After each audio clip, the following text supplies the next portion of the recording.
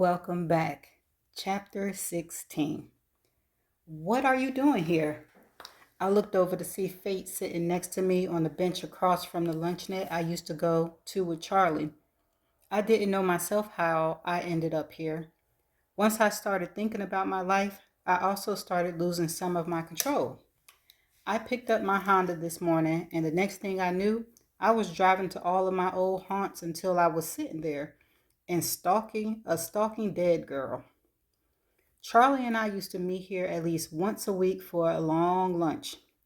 Small tables lined the front sidewalk where we sit when the weather was nice. If I squinted my eyes, I could see the menu board above the counter we used to order from. How did you find me? I was resentful of the company. This was my place and Charlie's.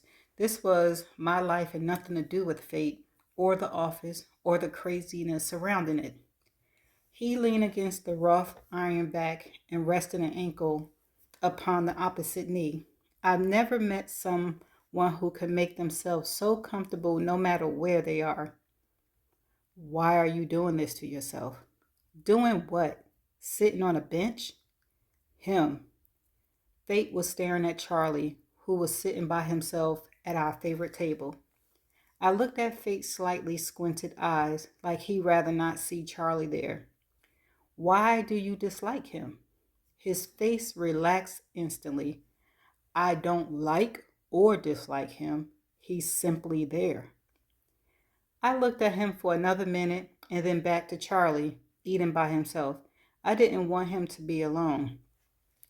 What are you accomplishing by doing this? No matter what happens, he's not slated to die for another 60 years. You know when he's going to die? A week ago, I would have been surprised by that statement. Now I ask just for confirmation. Yes. Do you always know? No, but he's got a strong destiny.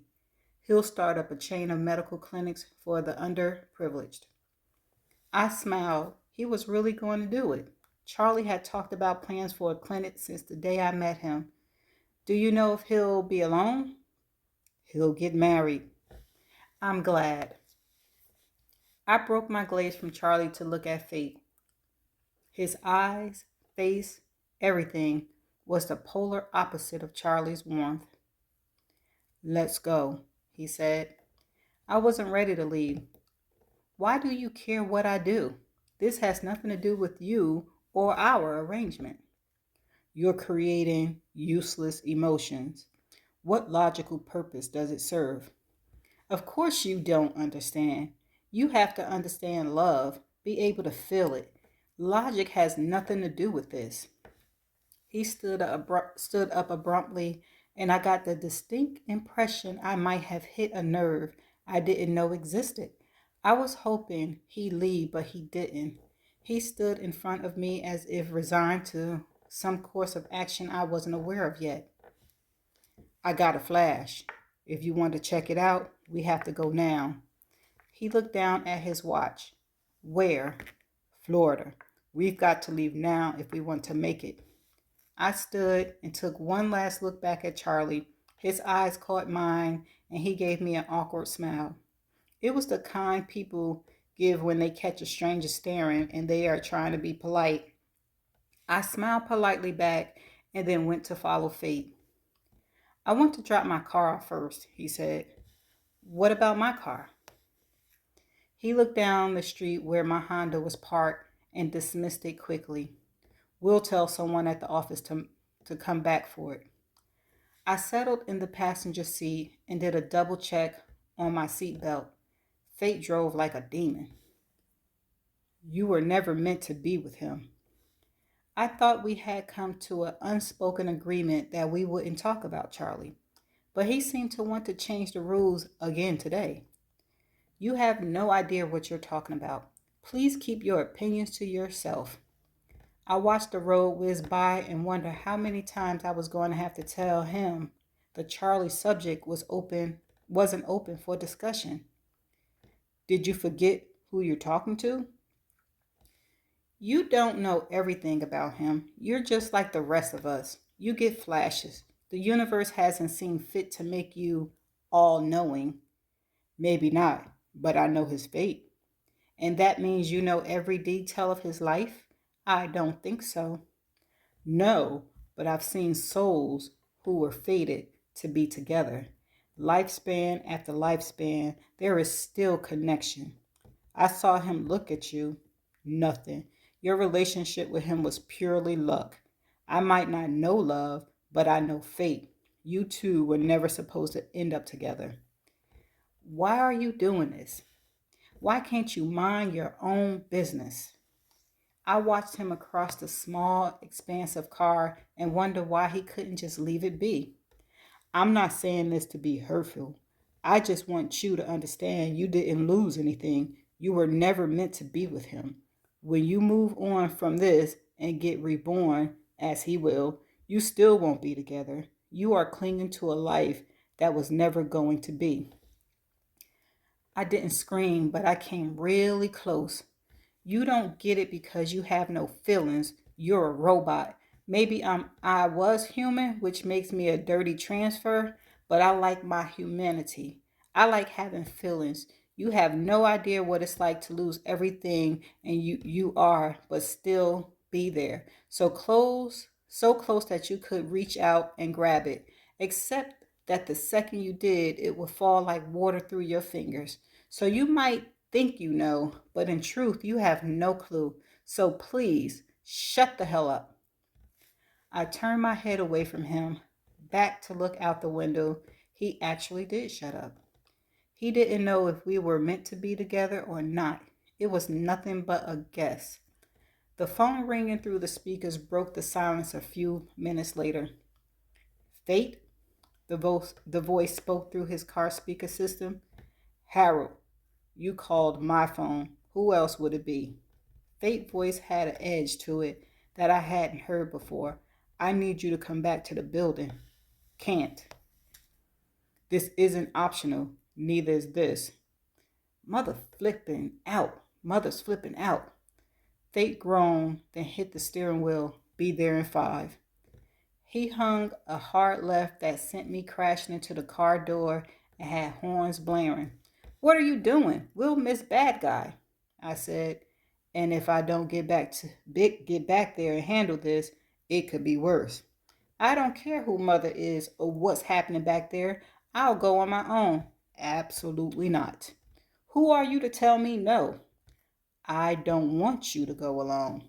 Why? I just don't. And Florida is a big state without having any idea what you're looking for. It's in our best interest for me to go. You can't withhold information from me. Hold me in contempt of court. It riled me because there was absolutely nothing I could do. If I don't get to kill this guy before I leave, I'll be killing you in his place. You're perfectly welcome to try. He smiled at me, practically daring me to do it. I made a half groan, half scream of frustration as we pulled up to the front door and he got out, on the slim chance that perhaps whatever he needed to handle would be done quickly. I followed Fate to the second floor. I barely got to read the door plaque, Mother's Landscaping, before we entered. What could be happening at a landscaping business that would cause us to have to run over here and not continue to search out who the murderer was? But nothing was what it seemed here, which meant Mother wasn't really a landscaper. The reception area was similar to our office, but with images of beautiful manicured lawns scattered throughout. A young guy sat behind the desk giving me a skeptical look. Tommy, let us in, Fate said when he stopped at the locked inner door. Who's she? Karma. Why she seemed different? His head tilted to the side as if a different perspective would help answer the question. Because I'm a transfer, okay? I blurted out before Fate could answer. Tommy made the oh face and nodded, as if all made sense now. Tommy, the door? Oh, yeah. Sorry, Fate. I heard the wailing and screaming as soon as it swung open, so when I walked in behind Fate, I wasn't surprised at the chaos before me. Cluster of people in jeans and t-shirts were everywhere, arguing loudly. If I had seen any of them working on a lawn while driving down a residential street, I wouldn't have taken a second look. They were all in heated groups, some screaming to let her do it, some screaming no. A little pixie of a woman was at the center of the chaos, being trailed by several brawny young men as she paced around the room. Thick, dark brown curls framed a peach and cream complexion, which the blue of her suit complemented. Her eyes lit as she saw us, or more precisely, fate. Darling, you come to visit me. Her voice was so sweet it gave me a sugar high, but the kind that made you nauseous and turned you off chocolate bars for a year. I came as soon as I heard you were upset. He took her hands in his as he greeted her with a kiss on each cheek. My head snapped back and forth between the two of them. Where had fate gone?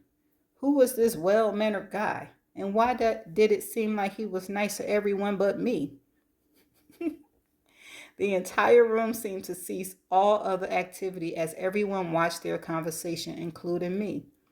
Fate took one of her hands and laid it on the crook of his arm and strolled with her through the room. What has you so upset? I was a blizzard, and they all kept arguing with me. I don't care if it's spring. I'm in charge. Why do they all bother me with these ridiculous details? Now, you know we've talked about this before, he said as he patted the hand resting on his arm. My eyes went to Fate's hand as it then moved to rest on her lower back. He still steered her toward what looked like an office, and I watched the door close on the two of them. As soon as the door shut, I was the point of focus. Who are you?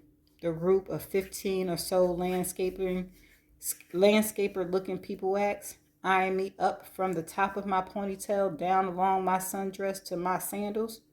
Who are you? I asked, throwing the question back at them. Most of them looked like normal men, but there were four who definitely weren't human. They looked like they could have been the original models for the garden gnomes. We're her gardeners, one replied. We heard there was a transfer, the guy on his right said. They were circling me in an uncomfortable fashion.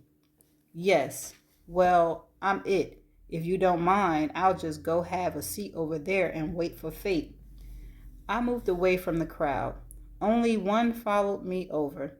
I sat down and eyed the office up, wondering what exactly Fate's relationship was with Mother. It's not like that, the guy who followed me said. Like what? I replied, feigning disinterest. He let out a chuckle. You know what I'm talking about. What, you think you're the only one hot to trot with Fate? He doesn't dabble with coworkers. I'm not hot for anything. What was wrong with me? Was I broadcasting every thought in my head these days? I'm not blind. I saw how you watched him with Mother. Him wiggling his eyebrow was my last straw. I got up and left the office. His chuckles taunted me as I closed the door. I wanted to go back to the cafe and watch Charlie, as sick and misogynist as that might have been. I wanted something I knew just for a while, a small taste of normal to keep me going. But the chance that fate might finish sooner rather than later stayed me from walking out the building. Instead, I went to go and sit at my table. I was surprised at how many people were in the office when I got there. I grabbed the newspaper and went to the corner as I normally did. About 15 minutes later, Kitty, the cat herder, walked over and stopped in front of me. It was the first time she ever approached me. As far as Kitty went, though, she didn't seem to talk to anyone too much, so it wasn't that insulting. The black cat weaving in between her legs nailed me with a stare, jerked his chin up slightly in what looked to be a greeting, and then went back to rubbing its head along Kitty's leg. I found Kitty to be slightly scary. It wasn't because she was large and intimidating. She was actually quite frail looking. It was the crazy that scared me. She looked like she just been let out of a mental ward for good behavior, but you weren't sure how long the sane spell would last. I looked up, not exactly sure what to do with her. Didn't these people understand I've already reached my crazy quota for the year? I sent you many cats. Her flat, monotone voice didn't offer any hints to whether that was supposed to have been a good thing or a bad thing. Yep, this was definitely going to put me over the top. Thank you? Are they at my apartment? I wondered if I should go run over and see if this woman had shoved a herd of cats into my condos. How many were we talking about? No, before you died, I sent you cats, many cats. That was you? The hair on my arm stood up. I remembered them. I even mentioned to Charlie how I kept seeing black cats everywhere I went. I thought I was crazy. She leaned in closer, her palms on the table. You didn't have to die. What do you mean? I only send cats when it's something that can be avoided. I knew what was coming, but it didn't have to be you. You had a choice. You had more choices than anyone. I don't understand. She stood up straight and started walking away. I grabbed her arm to stop her. Please, I need to know what you mean. I don't know anything else. She pulled away, finishing a conversation that was sure to haunt me for the rest of my time here. I could have avoided this. And that's the end of chapter 16. See you in the next chapter.